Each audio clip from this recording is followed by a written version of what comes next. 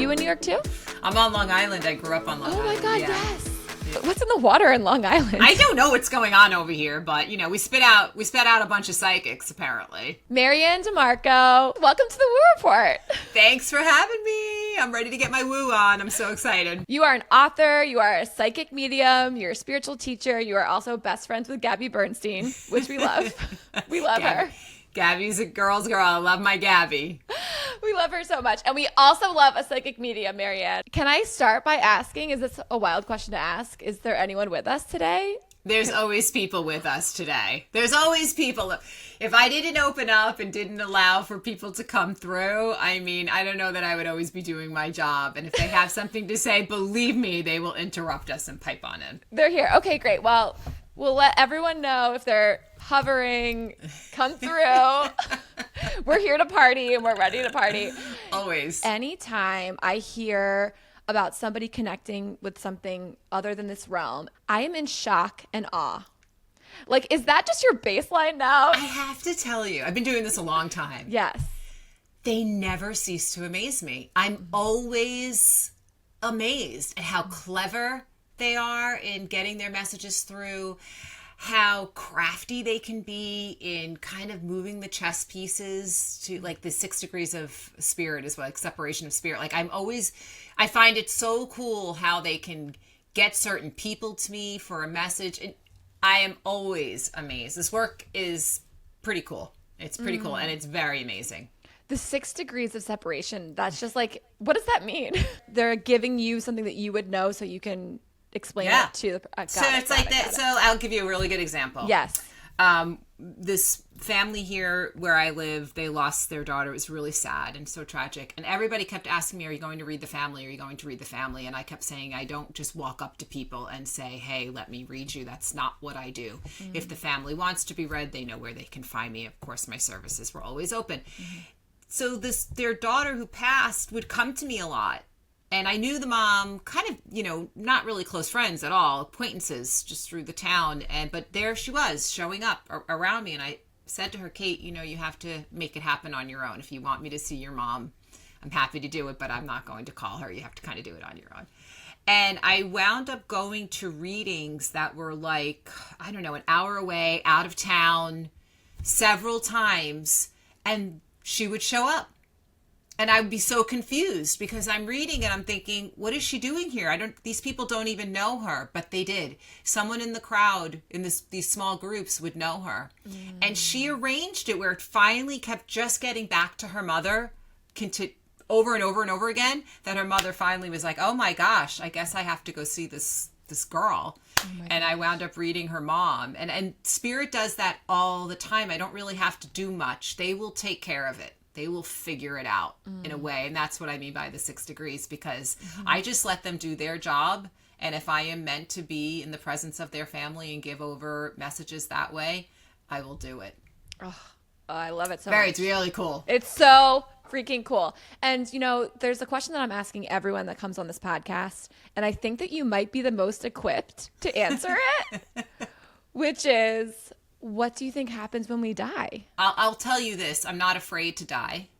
The manner in which we leave this earth is, you know, who knows? I'm not always wanting to think about how I go. Right. But when I go, what I know to be true is that we have moved on to a different plane where we have released all of our worldly woe, where we no longer have concerns that are earthly, and that where we are within the ultimate light, within our most peaceful parts of soul, and that the soul continues on, that there are jobs to do on that other side to help our earth and to help our world. And we meet up, of course, with our other loved ones, our pets, our loved ones, all of them. I always picture my dog like running at me, quite honestly. Aww. I don't know why I felt the need to say that to you, but I did. Yes. And I just read that part last night. Okay. And, you know, I think that to me has been shown to me and revealed to me countless times that I will never lose my faith in the fact that we have something miraculous going on the other side. We might not always understand all of it, but that our souls absolutely have purpose, and there's a reason why we are here, and there's a reason why we go there, for sure. Ooh. One of my favorite all-time answers. Yeah, I'm so glad. You're my pleasure. You have been connecting with people who have moved on from this world, but you connect with more than that. You have found that you are connecting with more than people who have died.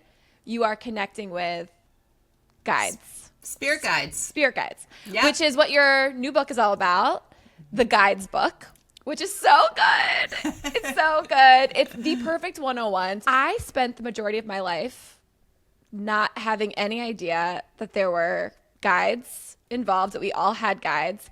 And I'm curious what you think now after being in this work and doing this work. If we polled the people on this planet, how many, like what percentage of us would believe in guides, think that we have guides, know that we have guides, connect with our guides? Like, are people buying into this? I hope so. It's becoming more and more. And I think it's all about your perspective and your translation of what you think that is. Yes. Because you might have grown up as a person who was taught to pray to a higher power and not realize that that higher power is answering you. And that in itself is guidance. That is higher guidance. And I think it's the way we look at things is starting to shift from being outside of it. Instead, now I think we are starting to understand, at least that's my hope through writing this book and all the work that I do, that we are part of it, that we are part of this co-creation. So I think what we're starting to see is this beautiful shift that's going on in how we're beginning to think and how we're really understanding who we are as human beings on this earth and what we're capable of.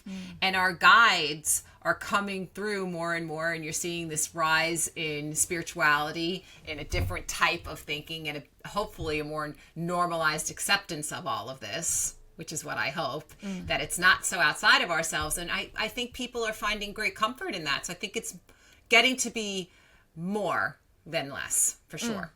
I love that. And the comfort is the purpose. I mean, I feel like that is the purpose of why we do, why we believe, why we have faith, right? We're like it feels good to have someone be guiding us. It feels good to not be alone.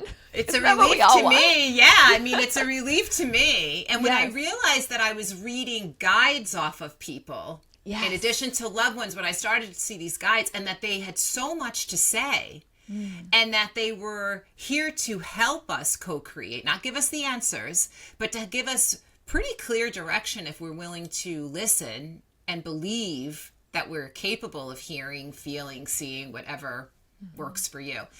I found it to be like one of the most powerful things and shifts in my own life, because I thought, oh, wow, I'm not alone. And not only that, they have something to say. They're kind of like my besties on that other side saying, yeah, we see you can connect with your loved ones. That's so great. And we've got beautiful angelic figures that, you know, we can connect to. But you also have this really cool team that's probably walked with you in a past life, that knows you better maybe than you know yourself. And all they're doing is coming in and getting you to hear your higher self, meaning what did you sign up for? What you came in here to do in this realm, you already know. They're just helping you hear it better. So our Guides 101, we have a team, and every single person has this. Yes. Every single person has a team on the other side. Whether you believe it or not doesn't really matter. They believe in you. They believe in us. They believe in us. And they're cheering us on. When they're cheering us on, sometimes I wonder if they're kind of exhausted, you know, head in the hand kind of a thing, like why aren't they listening to us? But they are here, and they have always been here. And I believe that we have one that ushers us in and ushers us out. We have a main guide, and these guides can come in all types of forms, all types of symbolic forms based on our beliefs in life, based on what we're interested in, and also very symbolic in why they are showing up. You know, if I see an Egyptian next to somebody, sometimes I'm like, wow, they're ancient Egyptians, you know, are about communication. Sometimes I'll see indigenous people might be talking about how that person can use their healing abilities. You know, there's all kinds of things, but at the end of the day, it's all very symbolic. So we all have guides, and there's different types. I know, and it's possible then for people who have passed on in our lives to also become a guide. Is that the people who have passed on in this life? Yes. Our loved one. Yeah. Different sounding to me. Not so guide driven in that they're telling us, hey, turn left, turn right. It's more like, I've seen you turn right and I want you to know that I'm here supporting you. I love you. We're here. We haven't gone anywhere. I like the discernment because not everybody's had a great relationship with some of their loved ones too. They don't always want to hear direction from a loved one, right? So there is a discernment there for me. Even when I read, I have found that sometimes they can drop some pretty definite guided knowledge, but really your guides are here to do that. Your loved ones are sitting here telling you, we see you without judgment. We love you. All is forgiven. I am free. My body's free. I mean, these messages are over and over and over again. And I find it incredibly comforting when I have my loved ones around and my guides are more like, can you go do your job and, stop getting in your own damn way. It's so funny. That's how my guides talk to me. Mine are cheeky too.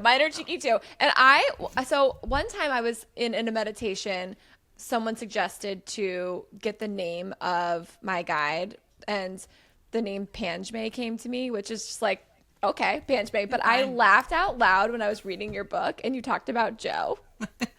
Can you tell us about Joe? Dude. I love Joe. So Joe came to me in a meditation, and he, the typical guy, he's got the long white beard, he's in his white robe, and I love Joe. And Joe, I always say Joe's like my sounding board. Joe's like the one that I go to bitch to. Joe's like, I'm like, Joe, you have to help me. I'm always kind of loading off on Joe.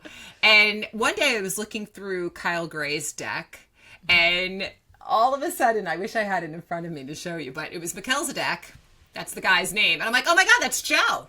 There he is. Melchizedek? Melchizedek. I did not pronounce that right in my head. Oh, I had to look. I was like, Melchizedek. I mean, I should have spelled it out in the book. But I was like, oh my gosh, that's Joe. There he is.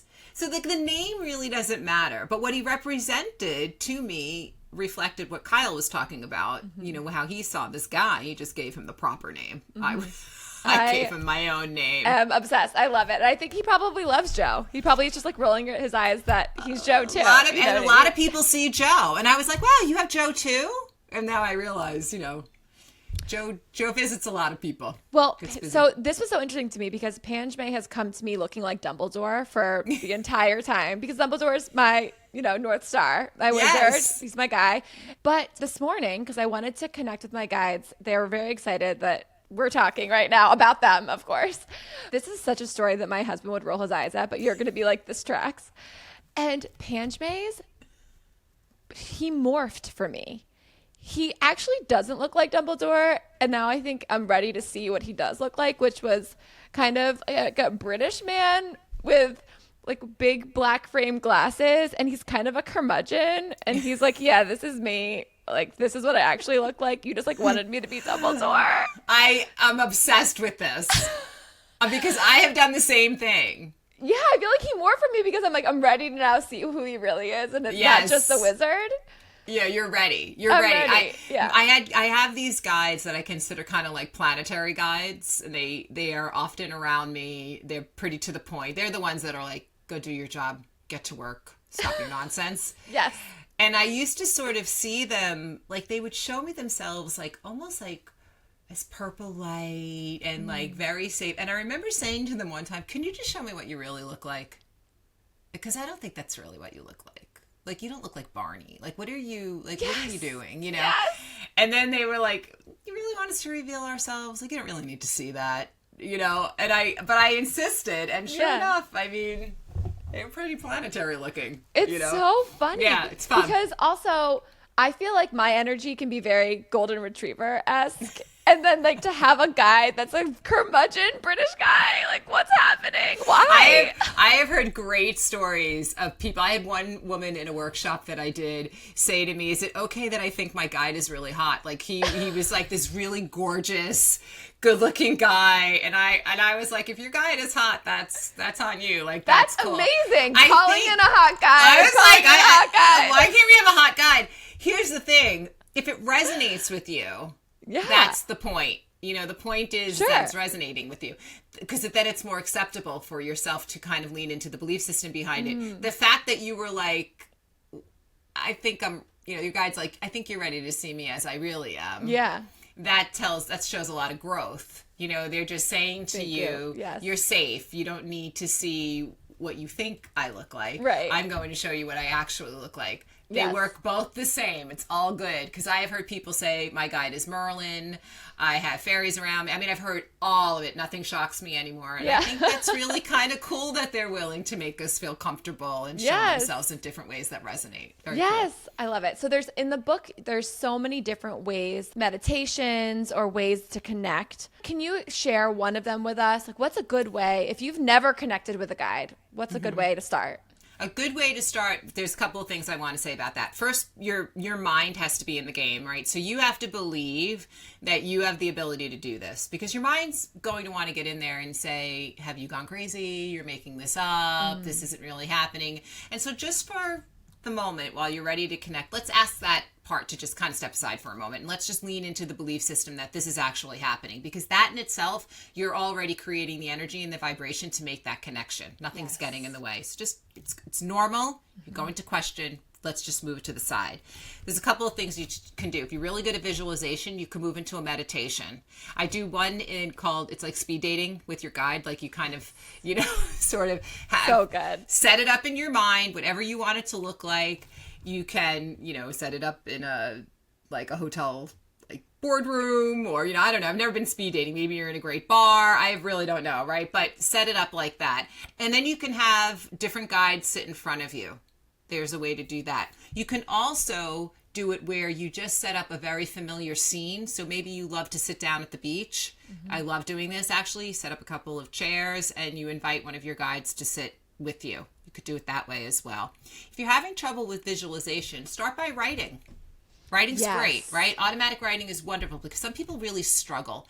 And try to stick to open-ended questions in either case, whether you're meditating or writing. Let's stick to open-ended questions where you're saying, what is it that you need me to know right now? I love starting with that one because it allows your guide to just go for it with you. They're not being asked something too specific. They're giving you what they think you need, which is always the best from your guides. And then are you writing that down? You're writing down the actual question. Write down the question, prompt, write down your prompt. And then you want to pay attention to all of your senses. What are you seeing, hearing, feeling, tasting, smelling? What do you think you want to write? What do you feel like you're hearing? Try not to struggle so much because spirit comes in your own voice. This is not some disembodied voice. I wrote that down. I was like, I'm going to ask you about that because that normalizes everything. Life-changing. Yes. Spirit speaks to you in your own voice. In your own voice. It is not a disembodied voice like, hello, And I thought for years that's what it was like until I fell into the hands of my beautiful Pat Longo. She has since passed, but she taught me that. And it changed my life. I finally realized that even what I thought was inner thinking, my inner thoughts, was actually them helping me be guided. So when I would say things out loud like, pull over, there's going to be an accident, and I just automatically pull over in the car, and then the accident happens in front of me. Oh my gosh, that happened to you? Yes. And then, so I reflect on certain things. I write about lots of different scenarios in the book. I write about that one in my last book. But that's probably how I started to recognize, how did I know that? What is going on here? So our psychic senses come into play when we are connecting. Our intuitive knowing is a huge part of connecting with your guides. So my favorite clair, we hear of all the clairs, the clairvoyancy and the audience and all that, but claircognizance, that's my jam. Your knowing, your inner knowing, that's the best way to connect with your guides. So good. So I also see that you ask for signs, or asking for signs can be maybe another way. And I feel like signs are such a good one. You can ask for signs from loved ones who have passed or your guides. And can you give us an example of signs that you've asked for or signs people have asked for? Oh, yes. I could totally give you an example of signs. Here's what I want to say about signs. When you ask for a sign, only ask once. And when they show you the sign, believe them the first time. And when you don't see a sign, know that you're being protected. Those are my rules about signs. Know that something's better coming, but something is better is on the way. I've asked for lots of different signs. I've asked for peacocks a lot. I love asking for a good peacock. Why? I have asked. Why a peacock? I don't know. It just came to me one day, and I just thought it was unique and Yeah, colorful. it is unique, and right. I don't know. There's something about a peacock. This was really about a time when I always do this about projects, work projects. It's always peacocks. I don't know, just colorful, and they're unique. Yeah. They're not like running around my backyard. So Right. I asked for those. Unless you have Peacock, NBC Unless Peacock on you have- TV, yeah, unless like you all the have time that now. Now there's a going. whole network. There's a whole network, right? So that's one of them. I've asked for bears. I like to ask for animals a lot. I've asked for angel wings. Numbers are great signs. I often see the number 28, and I have absolutely no idea why. I've seen 28 for many, many years. Not 1111, 222. I mean, I see all those great angel numbers too, but for years it's been 28. And so that's one of my major signs too, are numbers, especially that one. What about you? What signs do you like? Oh my gosh. My grandmother comes to me in hummingbirds. Love hummingbirds. That's another one, yes. We used to sit in her kitchen and watch the hummingbirds go to all of her feeders. So that really reminds me of her. But she also was a big card player. And when I first started, I read the book Signs. And when I first asked for a sign, the first sign I asked for was for an ace of spades. And then I felt like called to go to the Eastman house. And in one of the art installations, there was a huge ace of spades there. And I was miraculous. like, yeah. What they can do is really cool and very incredible. And I always get a kick out of the signs. I always remember accepting that it is truth, that you're not making it up. And our loved ones, of course, love to show off how they can get in touch with us and how they can communicate with us. And I think it's incredible what they can do. It's hard, it's easier with loved ones because we've had such a personal relationship with them. Yeah. And sometimes when you're asking signs from your guides, you're like, oh, I don't know, because the validation is kind of different. But I always encourage people to lean into that same knowing that you would as if it's your loved one, for sure. In our team of light, so we have some guides, we have some loved ones, and then because you had mentioned angel numbers, where do angels play in this group? Are they one of our guides too, or can angels be our guides, or is it? Angels, for me, angels are miracle makers.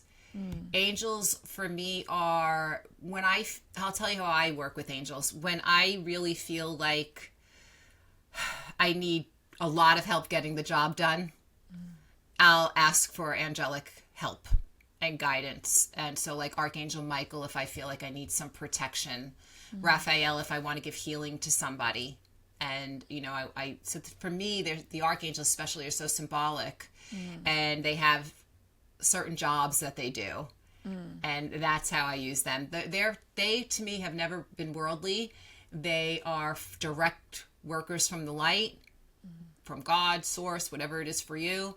And to me, I just hold them in a different regard than I do spirit guides. Yeah, I love that. They're the best. I love working with angels. And you could feel the energy difference, too. You could feel that shift in the energy when you're working with angels. You wrote in your book, and I loved this quote, the more our mind expands, the more we find ourselves receiving guidance from eras, cultures, schools of thought that we have been closed off to in the past.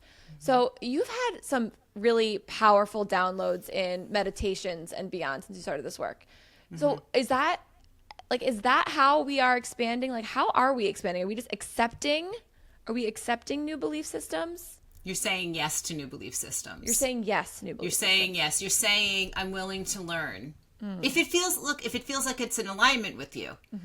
If you have a belief system and you're feeling like that's really working for you, and if it ain't broke, don't fix it, But for me, I'm so curious, and I think my guides enjoy taking me to different places. I did a meditation once where I went in with the intention, I don't even remember what the intention was because it wasn't what they showed me. But I wound up seeing myself as a woman in India.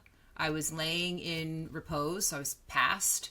I was all bejeweled and in red and all of these things. And then I saw myself like around this flower. I mean, I want to say it was a huppah, but it's not. I don't know what you would call it in that culture, but it was like this flower, I don't know, kind of altar thing. And they basically showed me a reincarnation. They were showing me like a past life and a reincarnation, and I didn't know what the red represented. Everything was symbolic. I had to Google it, and start to see. So I'm really into that. I like when they show me something. I write about in the book about having this meditation about this Nigerian tribe. I had no idea what any of that meant. They just said, remember this, remember that. And I wrote it all down right after I meditated. And then I got to Googling and I was floored at the symbolism. Floored. Why? I think it's to teach, not only to understand deeper parts of myself and understand why I think the way I do or why I do, honestly, what I do for a living, but to show others that the soul is expansive and it has experienced lots of different things. And if you're willing to go there, your guides will show you. I love it. Something else that you talk about a lot in the book is dreams. You get a lot of messages from your dreams or symbols from your dreams. And like, I feel like, how do you decipher them? Because my unconscious is chaotic. Well, sometimes my dreams, I try not to take them too literally. Okay. I always go with the symbolism first because of what I do for a living, I have a lot of boundaries too. Right? I don't want to be prophetic about world events, things like that. It's not my jam. I've done it. I dreamt about 9/11 before it happened. I had no idea. Yeah, I had dreams like that there were planes missing and I was frantic trying to find them. I wasn't even doing this work then. I had no idea what that meant.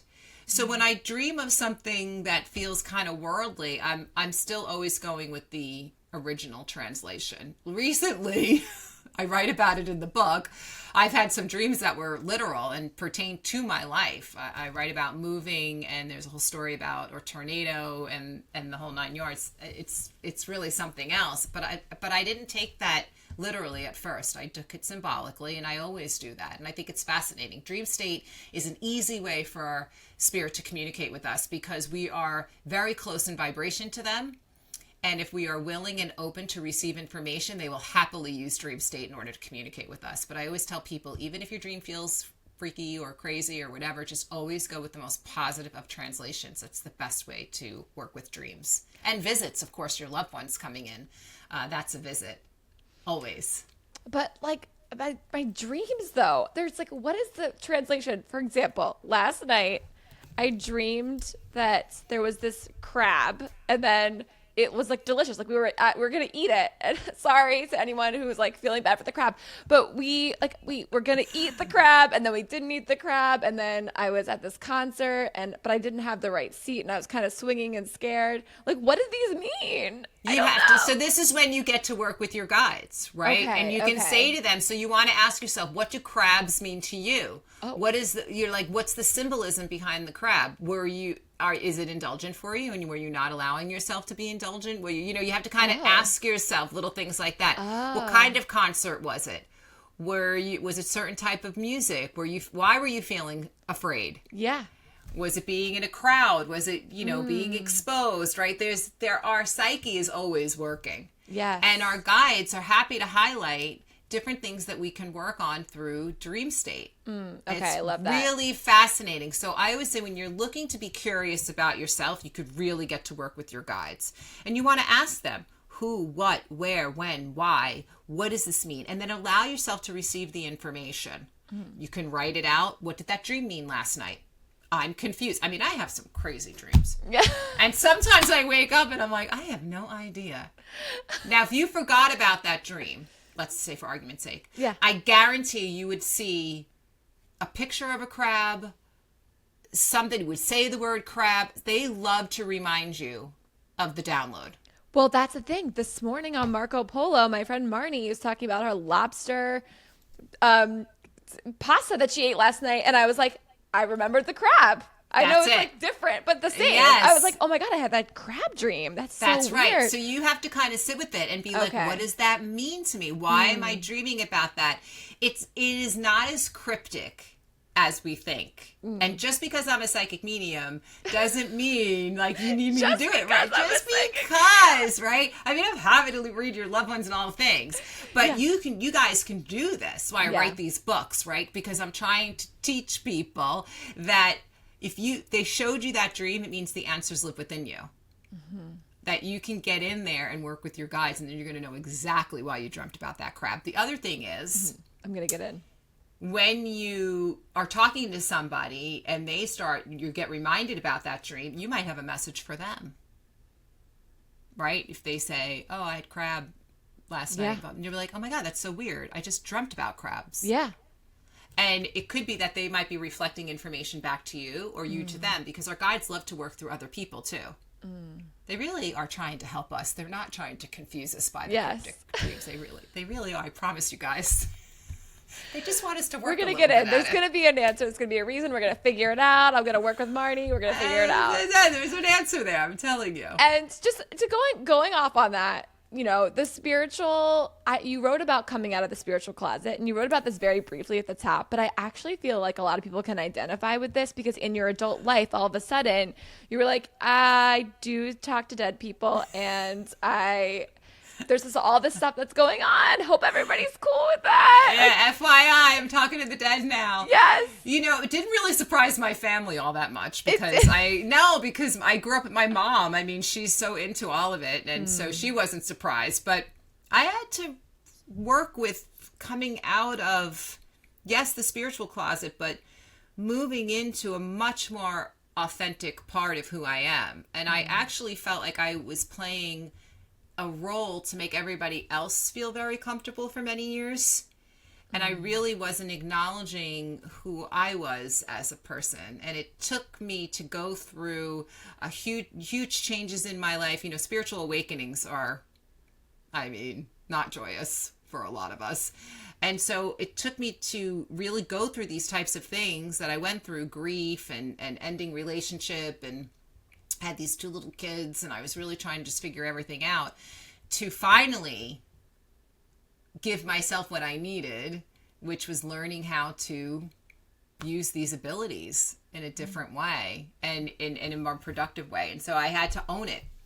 And so the advice that I give to people is try to own it as best as you possibly can. Be kind to yourself.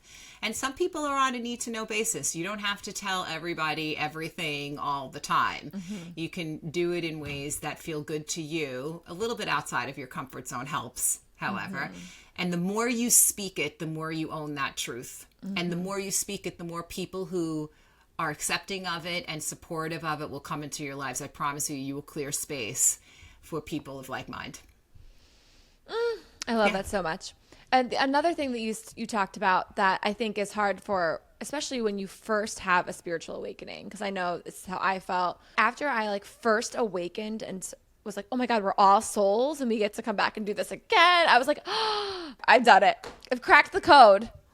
I will never suffer again. And that is not at all the case, because and I love what you write in the book, and obviously identify with this and I've learned this over and over again now, but knowledge does not take away the challenges. Nobody leaves unscathed. Nobody does. Even a psychic medium. Someone said to me recently, I was teaching something, and she said, I don't know what my service is. I don't know what to do. And I said to her, well, what do you think it should look like? And she said, I think it should look like you. Look at you. And I said, oh, don't look at me. You don't want to do that. I'm just giving you some tools, right? I am still the student, even though I am teaching. We all have lessons that we came here to learn. How they come into fruition, the experience of that, I feel, is at the good grace of the universe. I don't know that we know the exact experience, but I think what you're talking about and feeling that elation of knowledge is a beautiful, beautiful thing. What you have also been given, however, is a tremendous tool for you to work through all of these lovely roadblocks and all of these great things that come up in order for our souls to enhance and to grow on the other side when we leave, not only here, but on the other side. They also tell me, because now I'm channeling, if you don't mind. Oh, please. You learned about kindness. You learned tremendous lessons in self-love and love in general. Oh, big time. That's what they're talking about. All about self-love. Yes. Lovely. They say recently you're also learning about how to maintain your vibration instead of having it always up at some marathon level up here, and that you're learning that earthly plane is not so bad. You will always feel like a little out of place. You're like me. You know, sometimes I'm like, I don't always feel like I fit in. I have always felt like that my whole life. But there is a collective energy around you where you feel safe and comforted and really good. And the two both can be true. Both can be true all at once. Your grandmother also talks about, I'm on your mom's side of the family, by the way, your mom's mom coming through. Oh my gosh. I can't handle it. She talks about the month of September as being significant.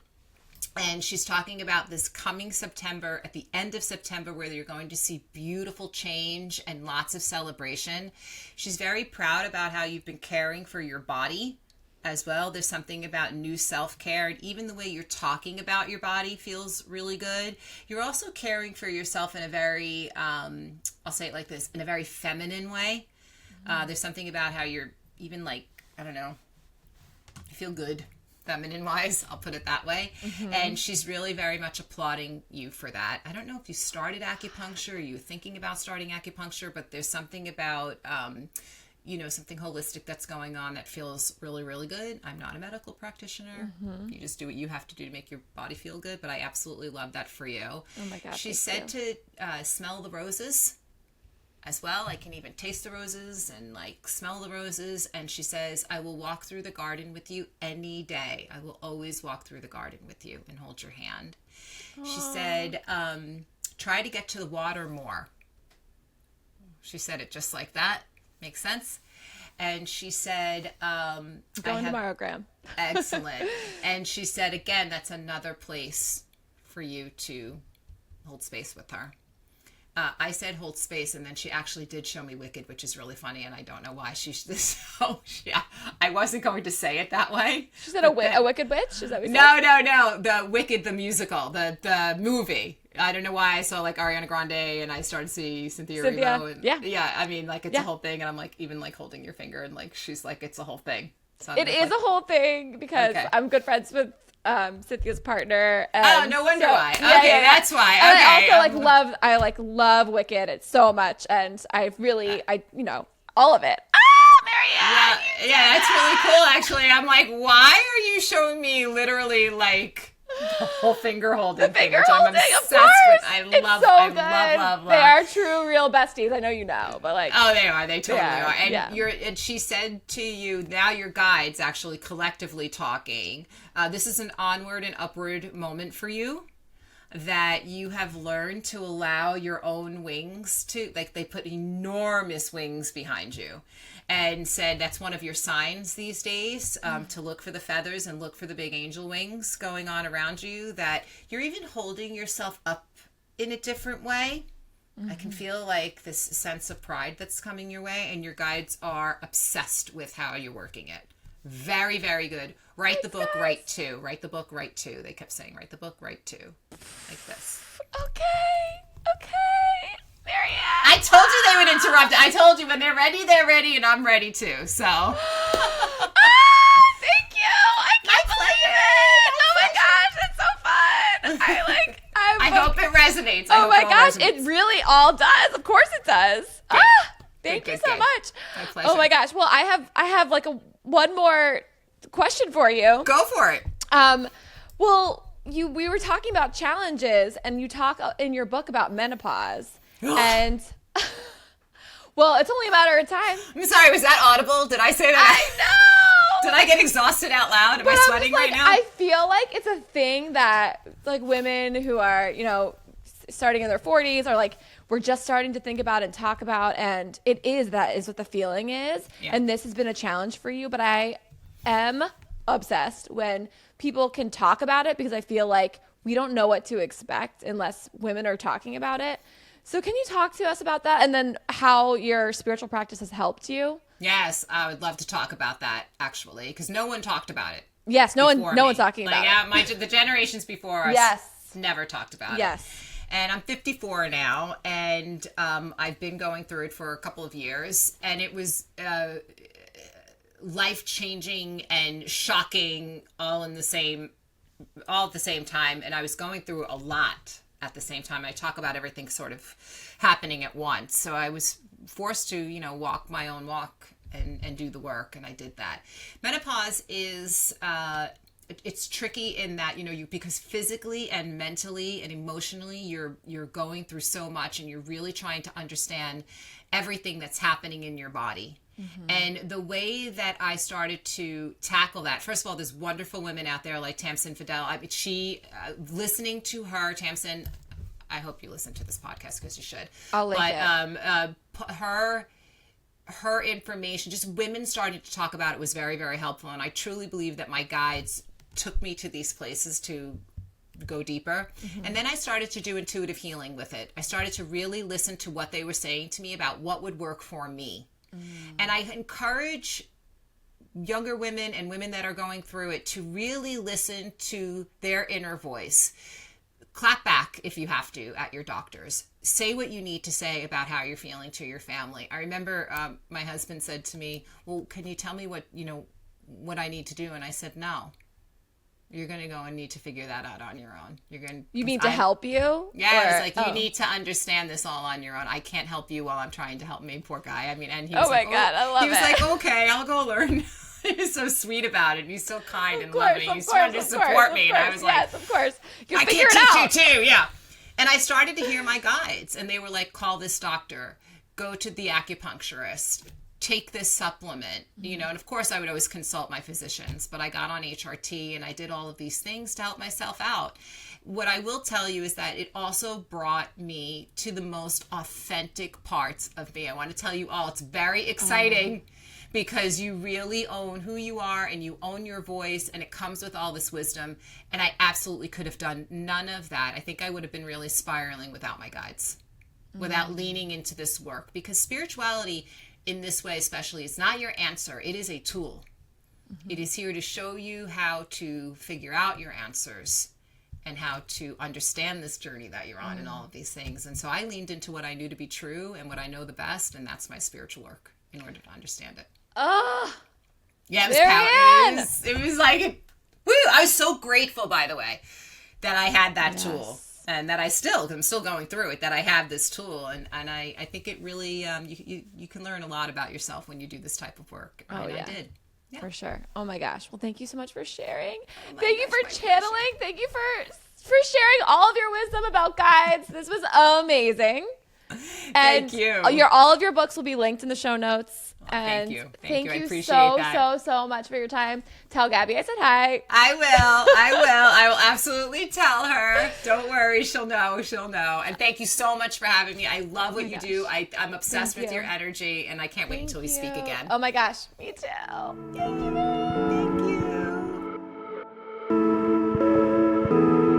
you. Wasn't that thrilling?